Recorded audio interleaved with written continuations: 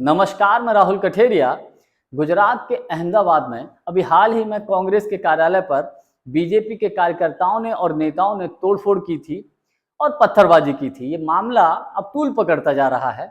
आज राहुल गांधी जी अहमदाबाद गए और अहमदाबाद में उन्होंने अपने पार्टी के कार्यकर्ताओं और नेताओं को संबोधित किया, एक मीटिंग की। और उस मीटिंग में उन्होंने कहा कि देखिए, ये जो हमारे ऑफिस पर इन लोगों ने हमला किया है, आप लोगों को बिल्कुल भी डरने की जरूरत नहीं है। आप इसको एक चैलेंज के तरीके से लीजिए।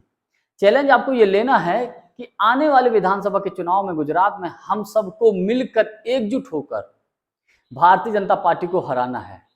और कैसे हराएंगे? जिस तरीके से हमने यानी कि इंडिया गठबंधन ने मिलकर अयोध्या में मोदी जी को हराया, बीजेपी को हराया, उसी तर्ज पर हम गुजरात में भी मोदी जी को या भारतीय जनता पार्टी को हराएंगे। इसी दौरान उन्होंने एक बात और बताई। उन्होंने कहा कि देखिए, हमने अयोध्या के सांसद जी से पूछा कि आखिर अयोध्या में बीजेपी क्यों हारी और इंडिया गठबंधन क्यों जीता। तो उन्होंने बताया कि अयोध्या में लोगों की दुकानें तोड़ी गई, लोगों के घर तोड़े गए, किसानों की जमीनें ले ली गई, लेकिन इन लोगों को अभी तक मुआवजा नहीं दिया गया था। तो इसीलिए भारतीय जनता पार्टी वहां पर हार गई। इसके अलावा राहुल गांधी जी ने एक बात और बताई। उन्होंने कहा कि देखिए, मोदी जी ने सर्वेयर से वहां पर सर्वे कराया क्या हम अयोध्या से चुनाव लड़ लें, लेकिन उन्होंने स्पष्ट मना कर दिया, आप यहाँ चुनाव मत लड़िए। तब मोदी जी ने बनारस से चुनाव लड़ा और वो भी बड़ी मुश्किल से वो जीते। इस दौरान उन्होंने एक बात और कही कि उन्होंने कहा कि देखिए, बहुत गंभीर बात कही, बीजेपी, आरएसएस और मोदी जी के ऊपर हमला बोला। उन्होंने कहा कि देखिए, अंग्रेजों से जब लड़ाई हो रही थी तो कांग्रेस पार्टी अंग्रेजों से लड़ रही थी, लेकिन भारतीय जनता पार्टी और आरएसएस के लोग अंग्रेजों के साथ खड़े थे।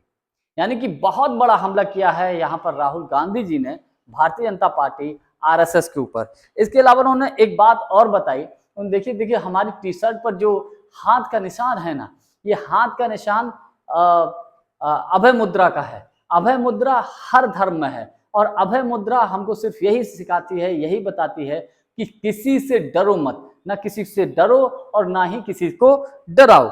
इसके अलावा एक और उन्होंने बड़ी बात कही। राहुल गांधी जी ने एक मुद्दा और छेड़ दिया, जो मैं ये समझता हूं कि भारतीय जनता पार्टी का कोई कार्यकर्ता या नेता, उसके अंदर ये हिम्मत नहीं है बोलने की। राहुल गांधी जी ने ये कहा कि प्रधानमंत्री मोदी जी को स्वयं उनकी पार्टी में कुछ लोग, या कुछ नहीं, बहुत से लोग उनको नहीं चाहते हैं, लेकिन बीजेपी में कार्यकर्ताओं और नेताओं में इतनी हिम्मत नहीं है कि मोदी जी के खिलाफ कोई कुछ बोल सके।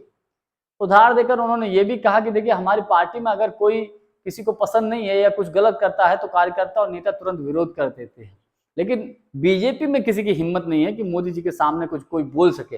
अंदर खाने सब लोग मोदी जी से नाराज हैं। एक तरीके से राहुल गांधी जी ने जिस तरीके से अहमदाबाद में भारतीय जनता पार्टी के ऊपर हमला किया, उसे कहीं ना कहीं कांग्रेस पार्टी एकजुट होगी।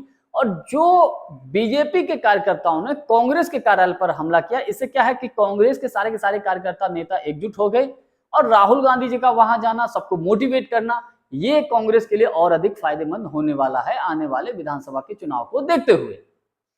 अब क्या होगा वो तो आने वाला वक्त बताएगा, लेकिन आज के लिए बस इतना ही। बहुत बहुत धन्यवाद। नमस्कार।